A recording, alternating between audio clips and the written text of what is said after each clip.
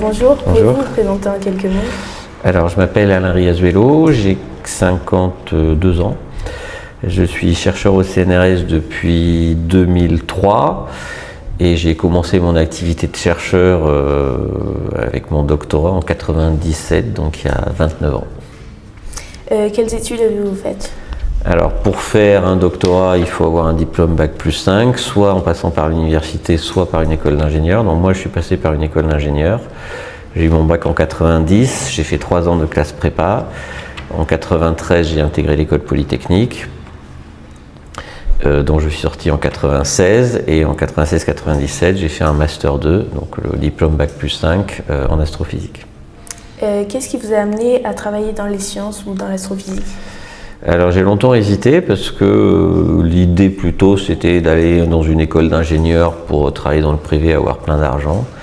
Et puis une fois que j'ai été dans une école comme l'école polytechnique qui permet de choisir ce qu'on fait à la sortie, j'ai découvert qu'on pouvait faire des études d'astrophysique et je me suis dit qu'entre ce qui me rapporterait beaucoup d'argent et ce qui me plaisait de faire, je préférais ce qui me plaisait de faire. Donc je gagne aujourd'hui moins que ce que j'aurais pu gagner à la sortie de l'école polytechnique si j'avais travaillé dans le privé, mais je fais le métier que je veux et ça n'a pas de prix.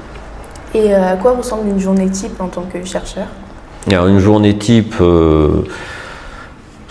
suivre l'actualité scientifique, donc regarder sur des serveurs dédiés les nouveaux articles qui sont publiés, faire avancer ses recherches, faire des demandes de financement, faire pour ce qui me concerne de la diffusion des connaissances, m'occuper des nombreuses demandes de stage de 3e et de seconde, puisque c'est ma fonction dans le labo.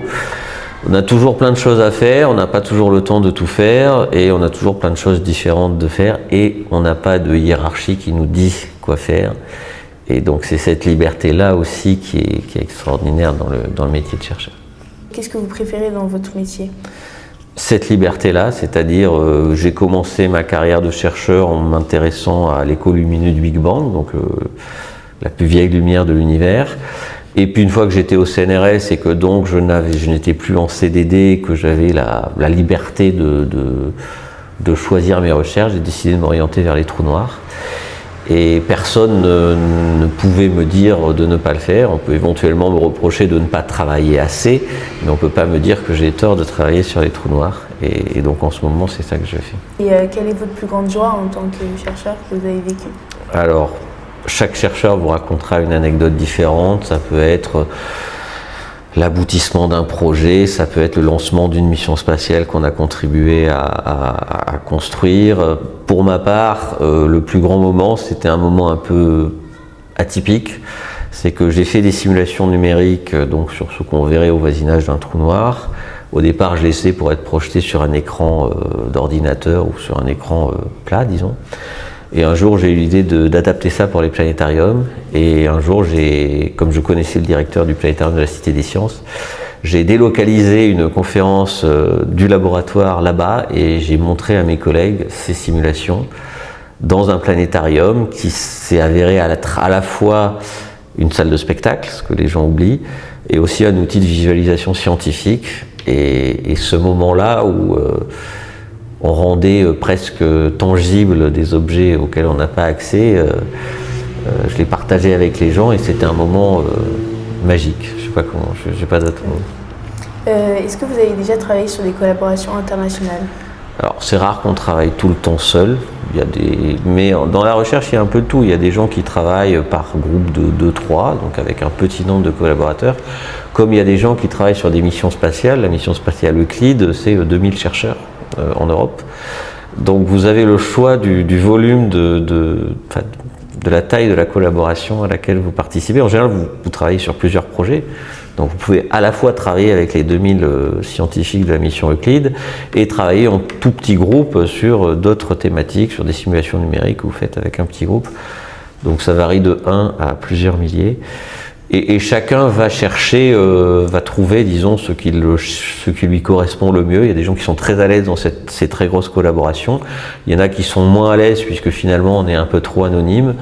Donc chacun choisit et découvre au gré des projets auxquels il participe ce qui lui plaît le plus.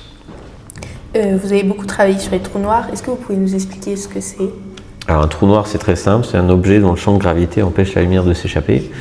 Et donc par définition, un trou noir est un objet dont rien n'émane et donc qui est noir. Et comme rien ne peut aller plus vite que la lumière, si la lumière ne s'en échappe pas, rien d'autre ne s'en échappe. Donc le terme de trou noir qui a été trouvé par on ne sait qui dans les années 60 décrit parfaitement ce qu'est l'objet. Et pourquoi c'est ce sujet qui vous a intéressé particulièrement? Le hasard déjà. Et puis le fait que dans mon laboratoire où j'ai fait ma thèse, il y a quelqu'un qui avait fait des simulations qui étaient à l'époque, donc il y a 30 ans, remarquables, et ce monsieur est décédé. Et quand quelques années plus tard je me suis intéressé au sujet, j'ai recontacté le laboratoire où j'avais fait mon doctorat pour demander à mes collègues, mais est-ce que vous avez gardé les simulations qu'avait fait ce collègue? Ils m'ont dit non, on les a perdues, enfin on les a perdues. On ne les a pas retrouvées une fois qu'il est décédé, on a fouillé dans ses affaires et on ne les a pas trouvées. Donc je me suis dit, ce travail qui a été perdu, j'ai envie de le refaire et de l'améliorer. Donc c'est comme ça que je me suis lancé là-dedans, d'abord à titre personnel, et puis je me suis rendu compte que ça plaisait aux gens, d'où le fait qu'un jour, des années après, j'ai fait cette conférence au Planétarium. Est-ce que vous avez des domaines plus spécifiques dans les trous noirs de recherche? Alors les trous noirs, c'est un sujet à part entière. Vous pouvez étudier plein de choses. Vous pouvez étudier de façon très théorique ce qu'est un trou noir. Vous pouvez étudier la façon dont le trou noir interagit avec son environnement. Vous pouvez étudier à quel rythme les trous noirs se forment, combien par galaxie, par million d'années. Il y a plein de choses que l'on peut faire. Moi, je me suis surtout intéressé à la visualisation des effets gravitationnels au voisinage immédiat des trous noirs. C'est un sujet parmi tant d'autres, mais c'est un sujet que, quand on le propose aux gens, ils sont tout de suite intéressés. Donc c'est pas le sujet forcément le plus important scientifiquement, évidemment, mais c'est un sujet qui mérite qu'on s'y intéresse. Vous avez écrit 10 scénarios pour la fin du monde. Pourquoi écrivez-vous sur la fin du monde? Alors, parmi les missions des chercheurs, il y a un volet qui est la diffusion des connaissances. Donc, nous sommes payés par les deniers publics, par vos parents, par les impôts de vos parents. Et donc, il est normal que l'on rende compte auprès de nos financeurs, c'est-à-dire les citoyens français, pour ce qui me concerne, de notre activité. Donc, il y a des gens qui font très peu de diffusion des connaissances parce que c'est pas leur truc. Il y en a qui en font beaucoup plus. À nouveau, chacun a le choix de s'investir plus ou moins dans ce volet-là de nos obligations, disons.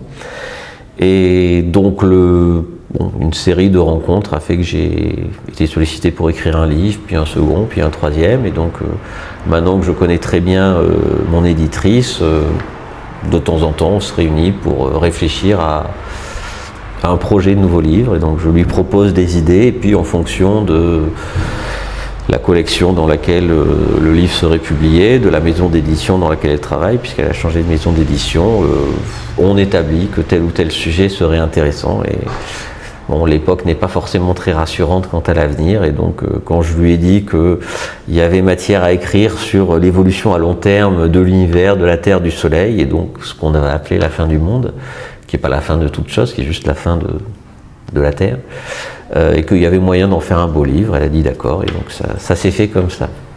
Et c'est lesquels vos scénarios préférés? Est-ce que c'est les plus plausibles? Alors il y a 10 scénarios, parce que tout dépend de ce que vous appelez la fin du monde. Est-ce que c'est la fin de l'humanité? Est-ce que c'est la fin de la vie sur Terre? Est-ce que c'est la fin de la Terre? Est-ce que c'est la fin du Soleil? Donc il y a plein de fins possibles que vous pouvez appeler la fin du monde. Et donc c'est ça qui est rigolo. Il n'y a pas 10 scénarios alternatifs, il y a 10 étapes que l'on peut qualifier de fin. L'idée que moi j'aime bien, c'est que ça va mal finir, certes.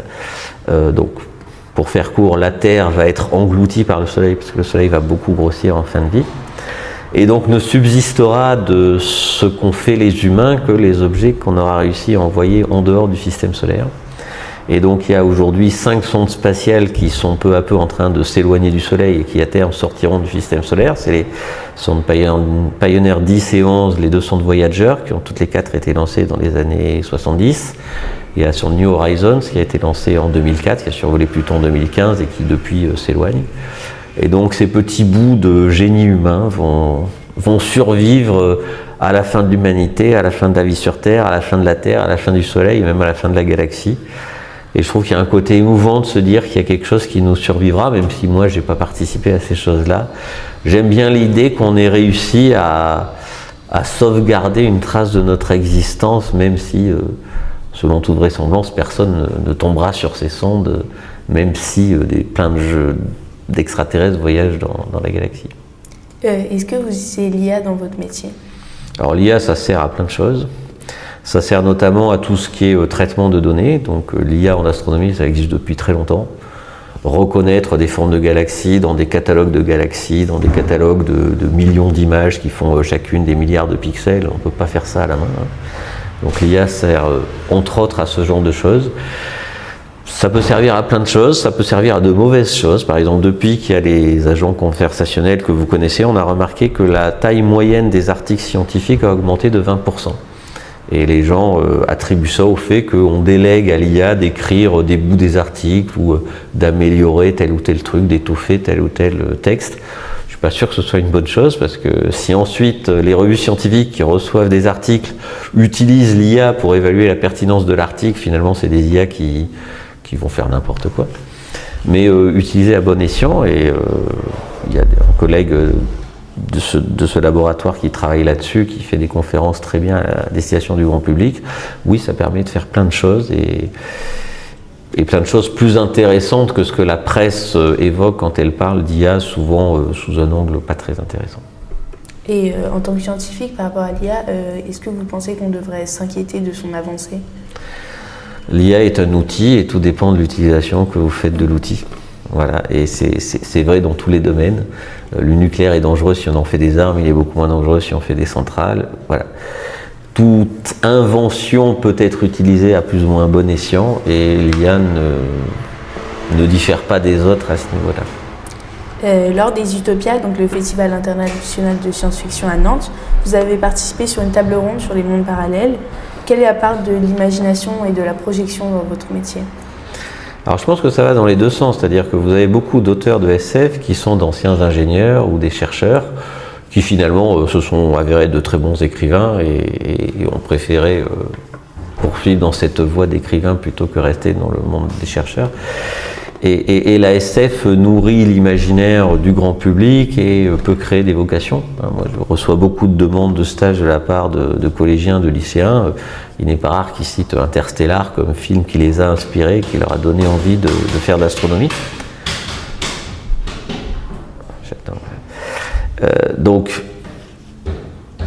on peut se nourrir de ceci de façon plus ou moins directe ou parfois très indirecte, mais c'est pas un genre mineur ou un genre qui ne mérite pas d'intérêt, même s'il n'est pas aussi prestigieux que la littérature entre guillemets d'après certains.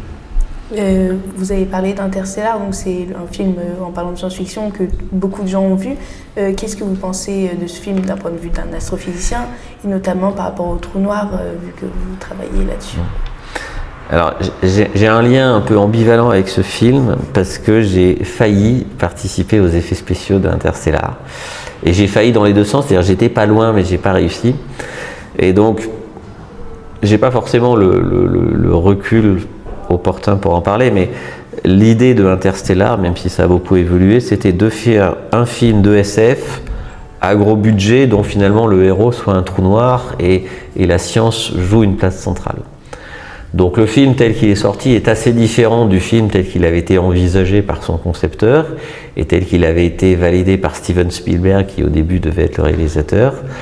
Mais il n'empêche que la science occupe une place centrale, qu'il y a une part d'imaginaire. Ce que j'ai trouvé intéressant en tant que scientifique, c'était de voir comment un artiste, Chris Nolan, s'était attribué les concepts et l'avait mis à sa sauce avec sa part de licence artistique légitime. Il n'est pas obligé de respecter de façon stricte les lois de la physique, et comment il en avait fait une histoire qui finalement se tient et a ému et inspiré des tas de gens. Ça, c'est intéressant. Et qu'est-ce que vous pensez du contexte politique, géopolitique, et comment est-ce que ça affecte votre métier, notamment le contexte géopolitique un peu tendu aux États-Unis? La science est en danger aux États-Unis. C'est pas le pays où on se serait imaginé qu'elle soit mise en danger comme elle l'est aujourd'hui. Mais ça prouve que beaucoup de choses sont fragiles et ça prouve qu'il ne faut pas dépendre trop d'un seul pays. Et donc aujourd'hui, il y a plein de bases de données qui sont uniquement hébergées aux États-Unis, et depuis 2 ans, il y a énormément d'efforts faits en Europe pour héberger une copie de ces bases de données pour ne pas perdre un savoir. Donc, pour l'instant, l'astrophysique n'est pas trop impactée, c'est plutôt les sciences du climat, par exemple, qui le sont, ou les sciences du vivant, mais par exemple, la principale base de données qui recense tous les articles d'astronomie et d'astrophysique scannés depuis 2 siècles, cette base est hébergée aux États-Unis, et on est soumis au bon vouloir du Congrès, du président actuel. Si un jour il veut nous couper de ça, il le fera. Et ce serait un grand danger. Donc on est conscient du danger, on a pris conscience du danger un peu trop tard, mais il n'est pas trop tard pour agir, et donc il faut agir rapidement. Et d'après vous, comment motiver les filles à s'orienter vers des carrières scientifiques?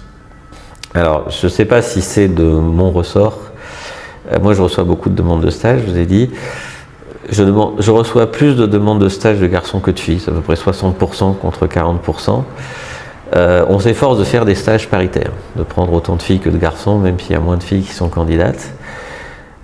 D'expérience, quand il y a beaucoup moins de filles que de garçons dans un groupe, les filles se sentent un peu isolées. Et quand c'est un stage paritaire, 10 garçons, 10 filles, ce qui est en général le cas pour les stages de 3e, on sent les filles plus à l'aise. Donc, plus vous donnez des opportunités, plus les filles se sentent légitimes.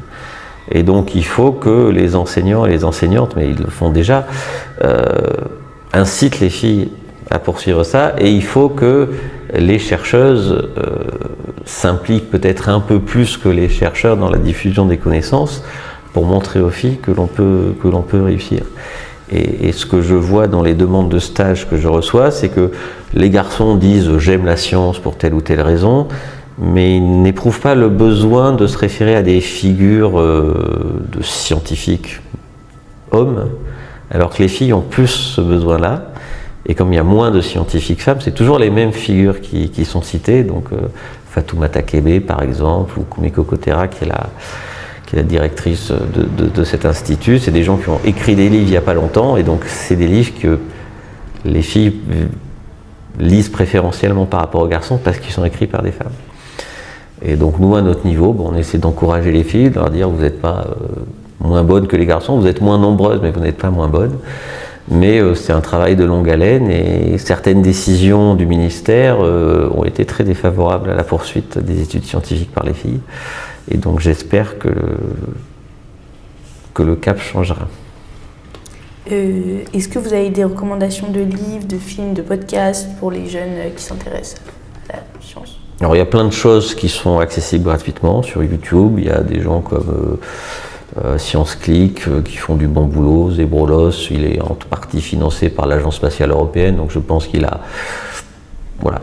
S'il reçoit de l'argent, il y a aussi des gens qui vérifient qu'il ne fait pas n'importe quoi. Donc je ne connais pas tout ce microcosme-là. Bon, Zebrolos, il se trouve que je l'ai rencontré une fois, donc on se connaît un peu, et je le cite. Mais voilà, il y a plein de gens qui font des choses. D'expérience, on apprend plus quand on lit que quand on regarde. Donc il vaut mieux à un moment donné lire des livres plutôt qu'écouter. Après, quels livres, quels auteurs, je ne vais pas vous dire que mes livres sont mieux que ceux des collègues. Il y a plein d'auteurs qui ont des styles différents, et donc allez dans des bibliothèques, empruntez des livres, regardez ce qui vous plaît, éventuellement confronter les points de vue. Il n'y a pas longtemps, il y a 2 livres qui sont sortis par 2 chercheurs assez âgés mais de la même génération, un qui s'appelle Jean-Pierre Bibring. Le titre c'est Seul dans l'univers, avec un point d'exclamation, un point d'interrogation. Et un autre de Nathalie Cabrol, qui en gros promet qu'un jour on échangera des SMS avec des extraterrestres. Donc c'est assez intéressant parce que les 2 partent du même corpus de connaissances, et l'un conclut que la vie n'existe pas ailleurs que sur Terre, donc la vie intelligente, et l'autre conclut que la vie intelligente est commune. Et donc ne lire qu'un des 2 livres, c'est sans doute dommage, il vaut mieux lire les 2 pour confronter les 2 points de vue et se rendre compte que il y a des débats scientifiques et qu'on ne sait pas tout, qu'il y a certaines choses qui sont établies, qui sont gravées dans le marbre, et d'autres qui ne sont pas sues. Et donc pareil, vous apprécierez plus ou moins de lire des récits de chercheurs qui vous racontent la science au jour le jour qu'ils vivent, ou d'autres récits de chercheurs qui vous racontent un peu d'histoire des sciences et comment les choses se sont construites. C'est 2 points de vue très différents, l'un est plus ancien, l'autre est plus actuel, mais le plus ancien est plus solide que l'actuel. Et qu'est-ce qui vous plaira à vous, qu'est-ce qui plaira à tel ou tel lecteur, je ne sais pas. Donc n'hésitez pas à lire, et même si les livres c'est cher, n'hésitez pas à aller dans vos bibliothèques, au CDI ou aux bibliothèques municipales, vous trouverez forcément des choses. Et pour terminer, est-ce que vous avez un message à faire passer aux lycéens ou aux lycéennes qui veulent s'engager dans la science? La science, c'est beau. Moi, j'ai fait de la science parce que je trouvais ça beau. C'est difficile d'expliquer comme ça dans une interview pourquoi on peut trouver qu'une équation est belle, mais au bout d'un certain temps, on trouve que certaines équations sont belles. Et il y avait cette recherche esthétique qui m'a guidé pour la science. Mais encore une fois, chaque personne est unique et ce n'est pas forcément ces raisons-là qui feront que d'autres personnes s'intéresseront à la science. L'important, c'est d'être curieux et de rester curieux le plus longtemps possible.